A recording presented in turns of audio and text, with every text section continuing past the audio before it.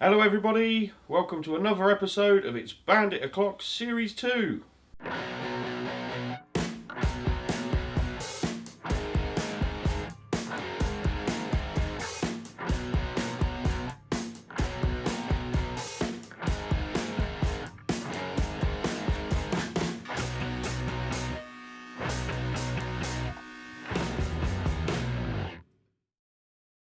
Last week you see me put the gearbox back in the engine, the two halves of the crankcases together, the starter pickup, starter, alternator. I put most of the engine together, but I was getting a bit tired and I didn't want to make any mistakes, so I took a break, which is a smart thing to do. So this week I need to put the clutch in, I need to put all the covers and their gaskets on, put the sump on, and then it's time to put the engine in the frame, or will I actually be putting the frame on the engine? So you'll have to wait to see me do that. So now it's time to roll up my sleeves, put my rubber gloves on, and get to work. Now I've got my clutch, it's all assembled and ready to go in because I didn't take it apart because there wasn't any need. Got my spacer, so what I need to do is align it with the alternator gear, which is up here, and the oil pump drive gear. Now most people break the oil pump drive gear when they put the clutch in. They don't align it properly, tighten it all up. As soon as they start it, big loud noise, and then they normally destroy the gear on the back of the clutch basket. But we're not going to do that because we've got the sump off, so we can definitely make sure it's aligned. So let's try and put it together, shall we?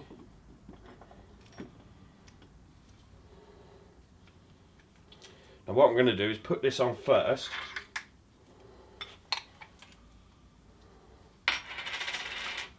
so I can make life getting it in a little bit easier. There we go.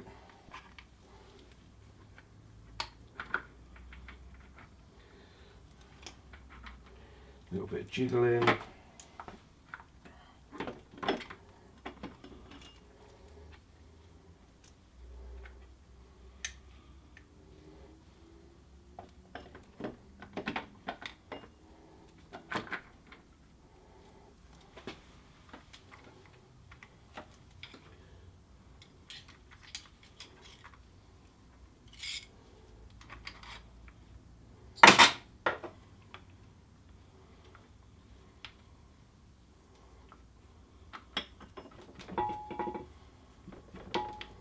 There we go. So now we need to turn that, give it a wobble.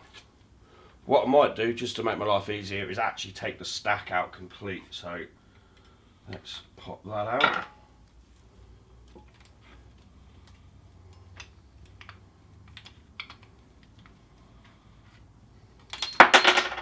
There we go. So let's pop that on there, just like that. And now we use a little thin screwdriver.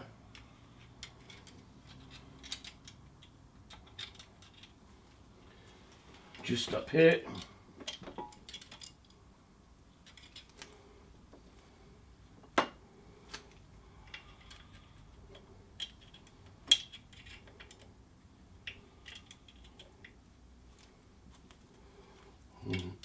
There we go. Alternator's in. So all I need to do now is line up the oil pump, which I might do by hand. There we go. So that oil pump gear's in. See it just slot in like that. The alternator one's lined up just there. Yep, sorted. So put the rest of the clutch back in.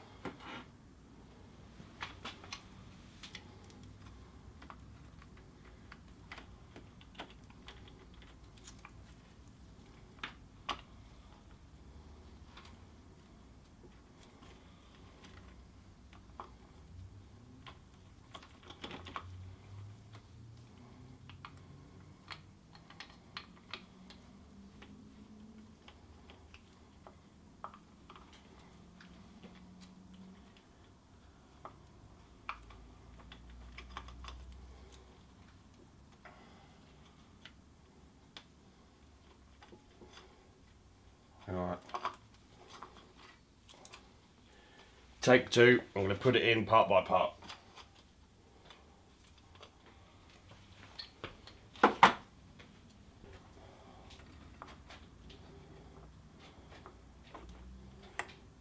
There we go. So, much easier when you take it apart, because I've moved everything around. So, we'll put them back in one at a time.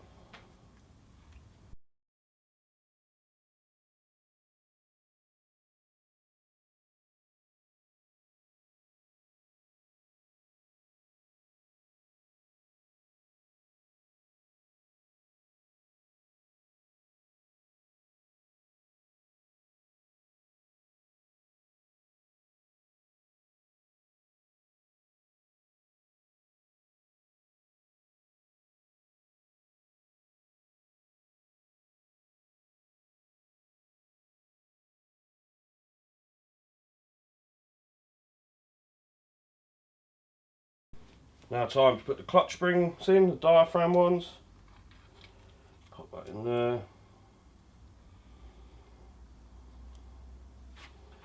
Put this in here. Then we've got 3 screws to do up in there, which I just showed you in another video. And then, once I've done that, it'll be time to put the nut on.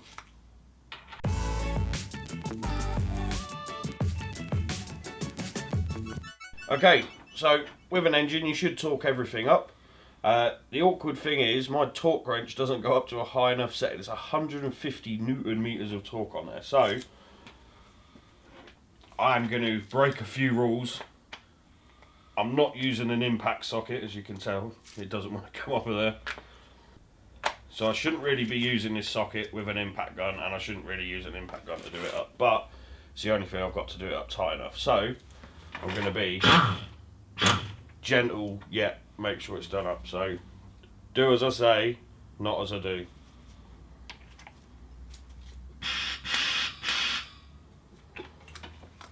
Might turn the compressor on first.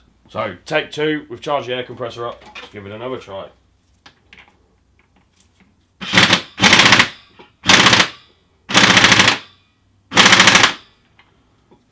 So that will do for that. What you do need to do on these nuts is actually knock a bit in to stop them coming undone anyway, even that's when they're torqued up to spec. So I'll put a little notch in there and it'll actually stop it from coming undone. So I'll do that just now. So I'm just going to put the notch in with my hammer and my screwdriver just to make sure it doesn't come undone.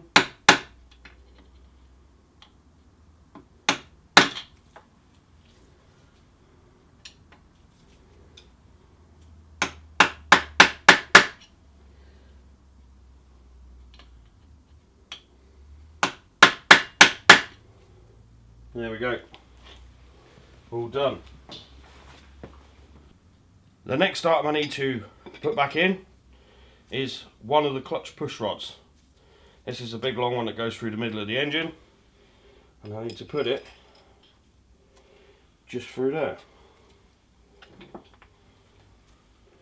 Give that push so it's located where it needs to be. The next bit of the clutch push rod, we'll put that there. We've got a thrust bearing that goes on the end there. We have a little washer, and then that piece there. So we'll put that in, and then the job I absolutely love, you've probably realised this by now, circlips. I hate circlips, but we need to put it in, so bear with me.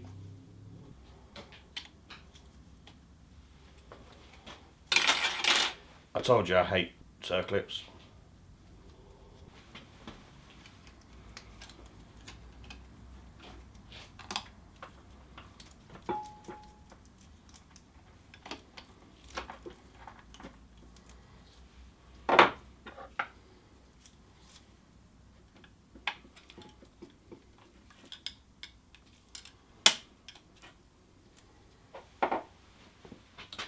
Got there in the end.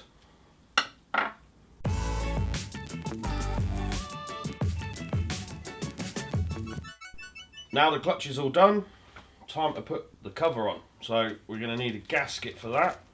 We've got our lovely brand new genuine Suzuki parts that we got from MSP. They helped us out. Very kind people over there, eating their posh snacks. So let's try and get this out without destroying it. Brand new gaskets. Very rarely do I put new ones on, but it's very nice. That way, that way. There we go. It's like a jigsaw puzzle. So I put a tiny bit of sealer there and there on the two crankcase halves, just to give it its best chance of sealing. So I need to put that there. Push that on. Round the dowel. Line that up. There we go. Sorted. So, time to put the cover on next, without dropping it.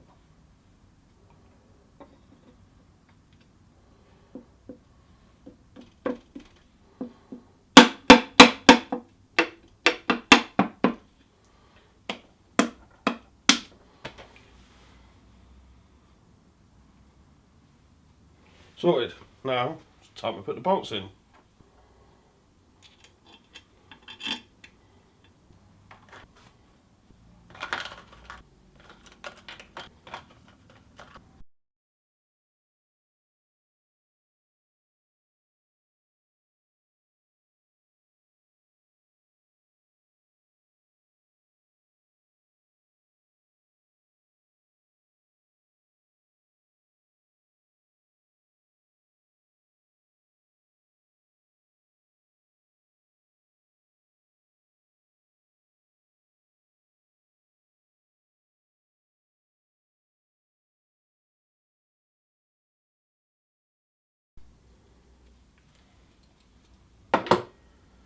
And there we have it, the clutch cover is back on.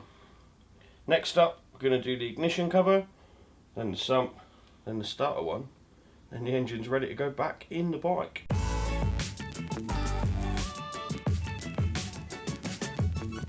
It's ignition cover time.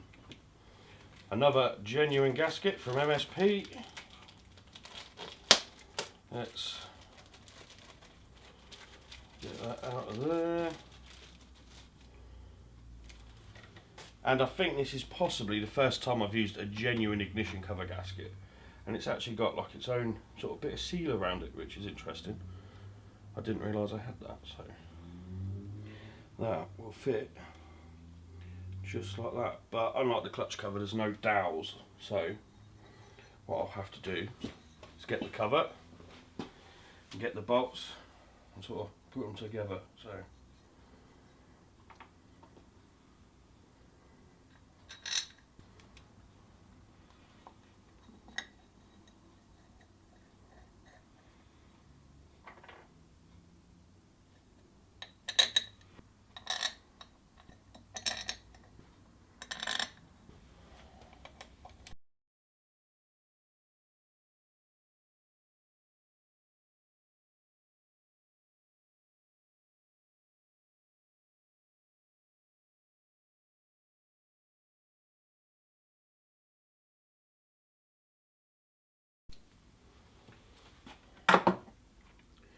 now, before we flip the engine over and do the sump, I'm actually going to put the oil filler cap in, which on this one's got a little temperature gauge.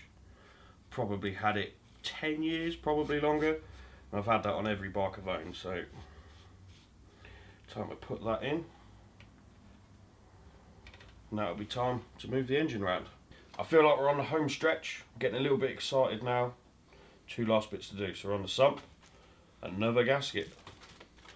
And it's genuine, and you never guess where it's from, MSP.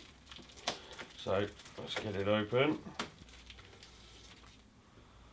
And then let's get it over there. So it's going to fall off, so I have to do the trick like last time.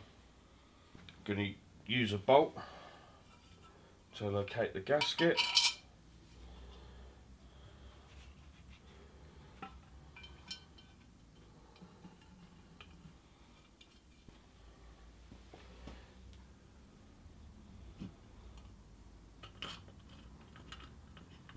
Now we just need to put the other bolts in.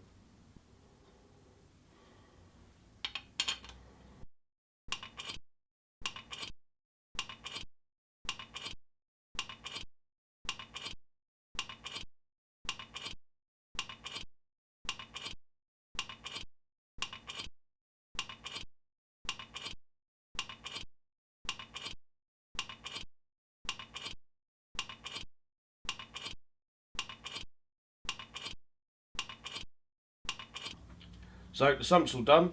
Time to go round to the starter cover and get that one on as well.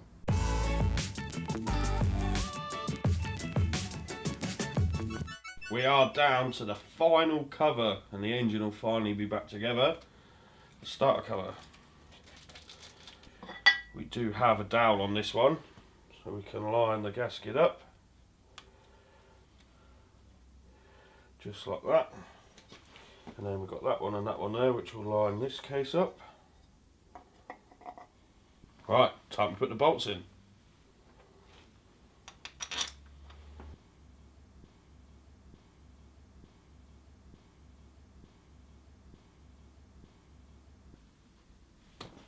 I'm really happy we've finally got the engine back together. It has been a while. It has been apart for a couple of weeks. And yeah, I'm just really happy that we got the new gearbox bits sorted. Obviously we've got all new gaskets because we took all the covers off. And I'm just really happy how it's gone together. So the next thing is put the engine in the frame, or am I going to put the frame on the engine? You'll find out just a minute.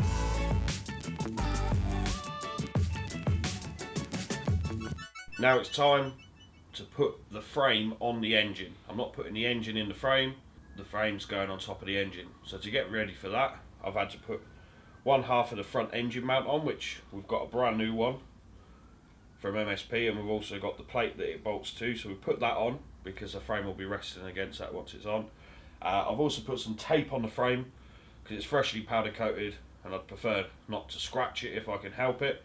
And I've also put the airbox in the frame and taped it back out the way, because getting the airbox in once the engine's in is hard work.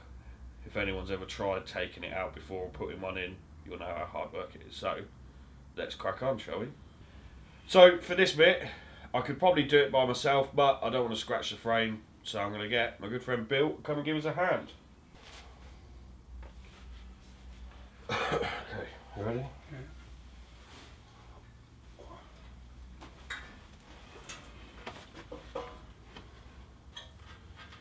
I think we need your end around more.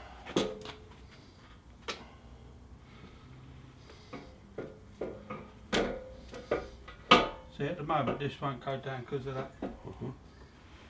Okay. What we need to do is twist it around more.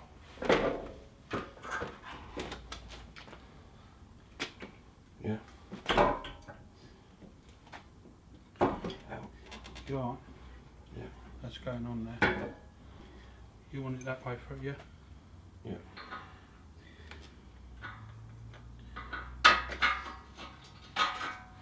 So we got it on, a little bit of jiggery, a little bit of pokery. Haven't done it that way for a long time. I haven't took an engine in or out of a Bandit for a long time, but we got it in. So I've got two engine mounts in the back. I'm going to put a couple up there, one down here, just to hold the engine in the frame. And then I'll put the swing arm in, and then we can actually put it on the ABBA Skylift again, and then we can actually start building the rest of the bike up. So I'll crack on and do that now. Well, that was good fun anyway. Had to file a few little bits and sand a few little bits down just because the powder coating's that bit thicker. I've put the swing arm in, I also put the shock and the linkage in just so we can secure the bike on the ABBA stand so it doesn't tip backwards and forwards. And yeah, we put it on the ABBA stand, which is a 3-person job, I'm not going to lie. It's hard to do when there's no front and back ending. When the bike's together, you can do it by yourself, but like I said, it did take 3 people. But it's almost looking like a bike. So I'm going to call it a day for this week and crack on next week. So thank you all for watching. We really do appreciate it. We're loving the comments, we really, really do. And if you could give us a like, share and subscribe, that'd be great. So thanks again to MSP that sorted all the bits out that allowed us to do the gearbox. and all the other little bits and bobs. So thank you very much to those guys, and until next week, we'll see you later.